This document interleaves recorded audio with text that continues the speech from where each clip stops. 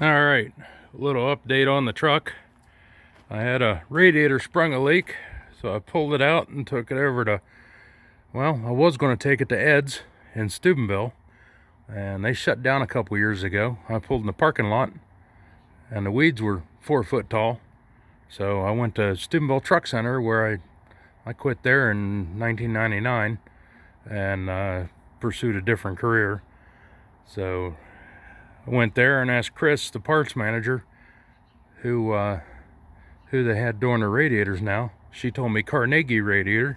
So I took it over to them, dropped it off, got it back a week later. $225 to get it fixed, because all the other avenues that I tried were dead ends. I tried ordering one through a military supplier, parts supplier in Georgia, and all the ones that they had were damaged in storage. So I asked them to send me pictures of how bad damaged. If they're not that bad, if they're just got a dent or two in them and they don't fucking leak, I really don't care. So the rest of the truck isn't pretty. The radiator don't have to be either, as long as it's not pouring back out of it like this one was. So this one never overheated, but it was pissing out onto the fan. But while I had it out, I figured I might as well do some other shit to it. I switched it over to 1-wire alternator. So I had to build the bracket for it. Let me step up on here without trying to bust my ass.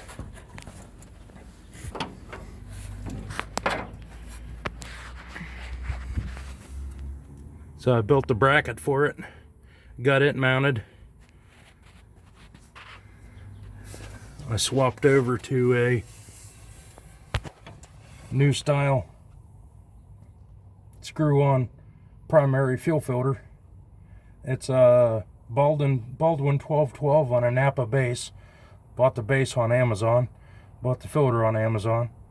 I think total was like $25. So then I figured, while I had the radiator out, it'd be a good time to be able to turn the engine over by the crank. I pulled the valve covers off of it and adjusted the valves, and there were some of them that were way out. There was 2 intakes that were tight. I couldn't get a 5/1000 feeler gauge in them. They're supposed to be 10, but I set them at 15, and I set the exhaust at 25. And there were some exhausts that I got a 45/1000 feeler gauge in. So, and the thing rattled like hell before it ran rough, but the power output was downright stupid compared to every other truck of these that I've ridden in. I mean, I don't know what it is about this one, but I can put 6 tons of stone in the bed of this truck and outrun the other truck that I have with it being empty. I mean, this one is just, it's an animal compared to the other ones that I've ridden in and driven.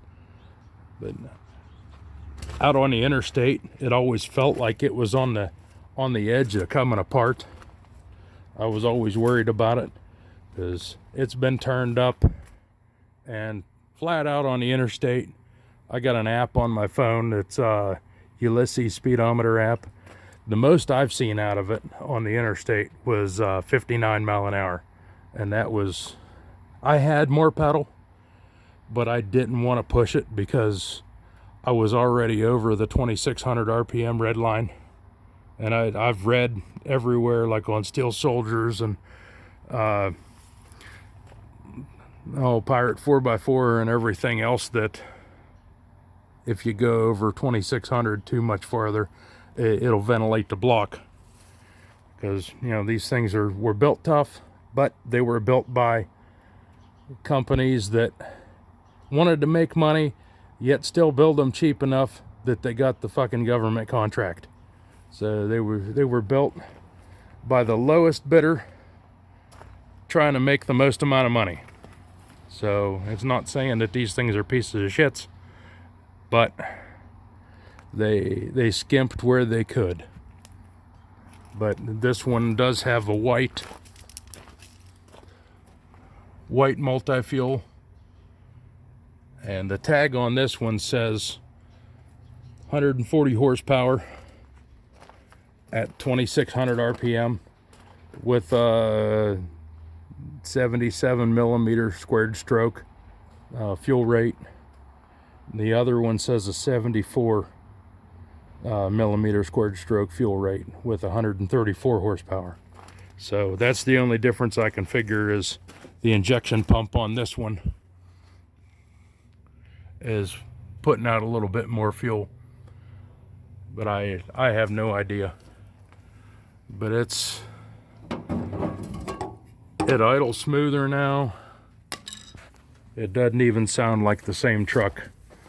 Honestly, it sounds like the Kenworth that I was in yesterday.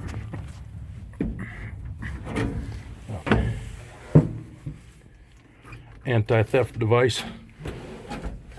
You can go far, just not in a turn.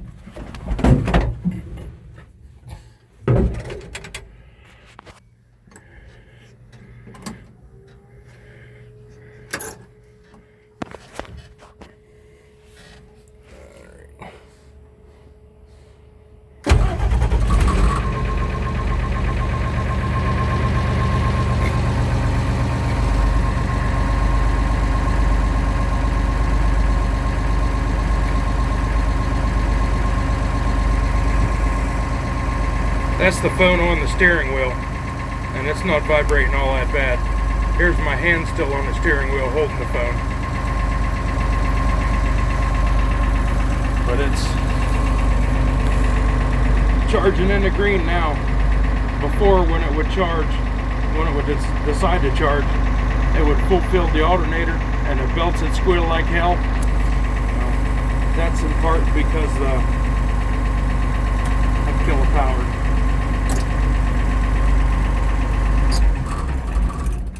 That's in part because the alternator was broke. I'll show it to you after I climb out of this thing.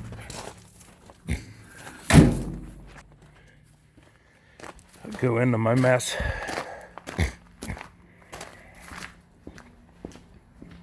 The neighbor's cat's in there somewhere.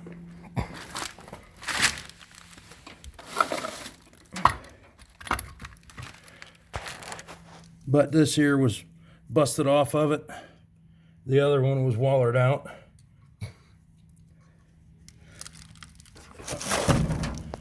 So my buddy Ryan Kesey, that I'm taking this thing to the parade in Toronto tomorrow, gave me this one, and I was going to put on it, but I'd already had that other alternator, so I did put the pulley off of the broken one on this one.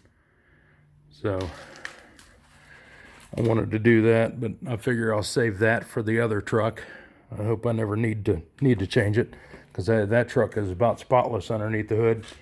It's had a motor pull overhaul in '91, I think, and it doesn't look like it's been driven that much since.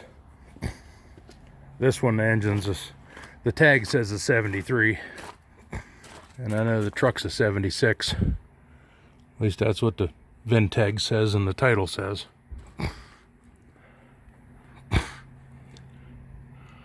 But I found parts on this thing from old shit. I think the oldest part I found on it was 1968. So, yeah. It was a U.S. Army, Ohio. And Ohio's never had an Army base. They've had reserves, weekend warriors. So, U.S. Army, Army Reserve, National Guard, Unit A, or Battalion A, or whatever, and Truck 469. It's got the ordnance markings on it, which I haven't found those stencils yet, so I'll probably freehand them on a piece of paper and see how they look and cut them out, because when I repaint this, I'm putting all the original markings back on it.